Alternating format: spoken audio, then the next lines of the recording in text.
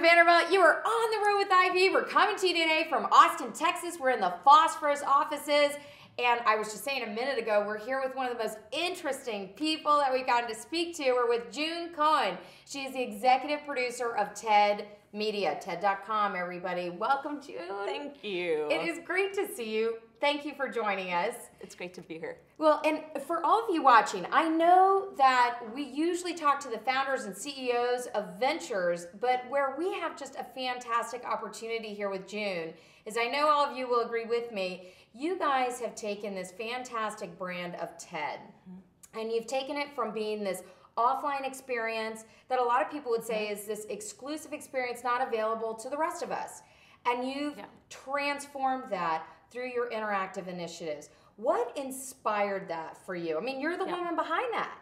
Yes, well, I know. Of course, I share credit with our executive director and curator, Chris Anderson, because Chris Chris bought TED around 7 years ago from its founder, Richard Saul-Wurman. Just as a quick background, TED actually started in 1984. It started as a small elite conference focused on technology, entertainment, and design. Therefore, the acronym TED. But over time, the conference grew much broader, and it came to encompass anyone with an idea worth spreading. Well, give us an idea, actually, for how big it's gotten. I mean, everybody knows TED, but give us some numbers. How many come to the main TED event? You've got TED events all over the world. I was saying I just went to TEDx Austin. Yep. Fantastic. But give us an idea of the main TED, and then how many events you have, and how many people are online. Sure. So our main conference in Long Beach now hosts 1,500 attendees. We won't grow it any larger than that. In fact, we might scale it back a bit. Outside of that, we have a simulcast event along with the Long Beach event. That's around 500 more people, plus several thousand who watch online. So a total of around 5,000 people watch our main conference. We also have a conference in Oxford, TED Global, which I love, and that's a smaller conference with around 800 people, so more intimate. But the interesting numbers come when you talk about what's happened online. So we, in 2006, we started releasing talks from the conference online. And since then, we've gone from the 1,500 attendees at the conference to an audience of roughly 150 million people online. That is unbelievable. Like, one of the things that I really wanted to talk about is this concept of giving to get. And I keep hearing it over and over again at South by Southwest. But, you know, you made these videos available for free. And a lot of people who are thinking about how can we leverage going online and leverage giving something and receiving a lot out of that. But I understand that when you guys went online, it actually, you increased your prices to attend the conference by 50% and then sold out in 12 days. Exactly. Which is completely counterintuitive. Right. Right? I mean, did you know this would happen? I mean, truly, were you scared half to death? Like, what are we doing? Maybe we should charge for the videos? Or what were you thinking? Sure. I mean, it was not at all obvious that this would work. And most people in my circle, frankly, thought I was committing professional suicide. Yeah. But on two different fronts, both on the business front and the creative front. On the creative front, it is not at all obvious that there's an audience for taped lectures online. That wasn't clear to people at all, and including not to me. On the business side, of course, if you have this elite luxury item, conventional wisdom would tell you keep your product scarce and your prices high. Right. But we really felt that the talks at TED deserved a wider audience. And TED is a nonprofit. So when Chris Anderson bought the company, he acquired it with his foundation. And that, I think, gave us both the responsibility and the opportunity to focus on something other than just revenue. So when we put these talks online, our goal was simple. Our goal was to spread ideas. Our goal was not to improve TED's brand. It wasn't to sell more seats. It was to spread ideas. And so every decision we made about putting those talks online came from that. And every decision we've made about our website design, about everything we do comes down to that single mission. But what's interesting is that when you approach things with the sense of openness, even though it might seem like a business risk, the returns are extraordinary.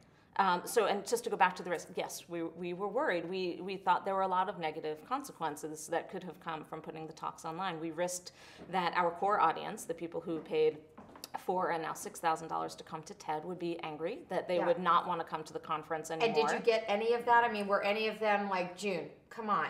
we just paid $1 gazillion to attend the conference and you just made it available for free. Did you get any of that? Interestingly, no. I'm not saying there wasn't anybody who thought that. I'm sure that there were some people who questioned that decision, but the overwhelming response we got from people is that they were so excited to finally get to share their TED experience with people who couldn't be with them, that they were reaping benefits from having the talks available online as much as other people were.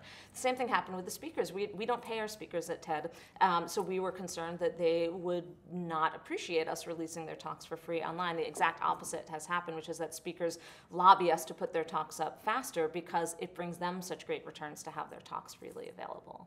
That is just, I'm recalling Malcolm Gladwell saying, you know, he loves being able to come there and talk because it actually, it just gets his message out there, and ultimately at the end of the day, he ends up selling more books out of it. So he's giving to get. It's just, we could talk about this all day, and I just got a time check on this, but I have to ask you this one other question.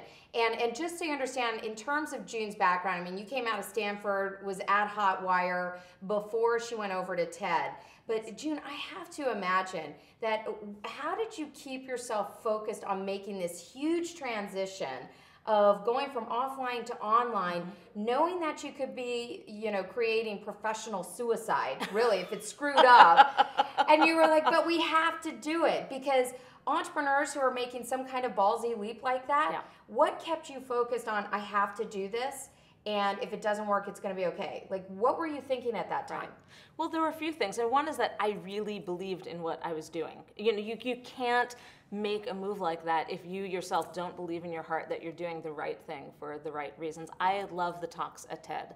I think they have inspired me. I've personally gotten so much from them. And so the idea of bringing them out to the world, even if the scale was small, even if we were, I know the impact of just one talk and the influence it can have on a single individual. So even if you're only multiplying that by 10, it's worth it. But then the fact that we're now multiplying that by 150 million is, it's overwhelming. And I don't really even think about the numbers that much because it skews your and focus. It is so big.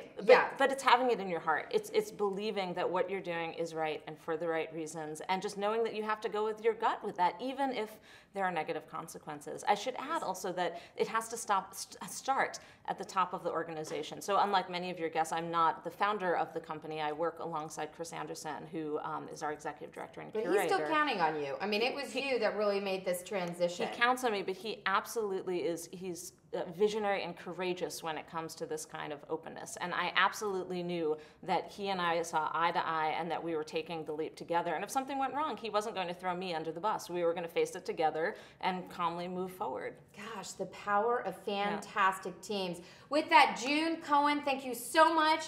Come back and see us in segment number 2. We're going to talk a little bit more about the money behind the business and what this has created. Take care, everybody. We'll see you in segment number 2. Bye.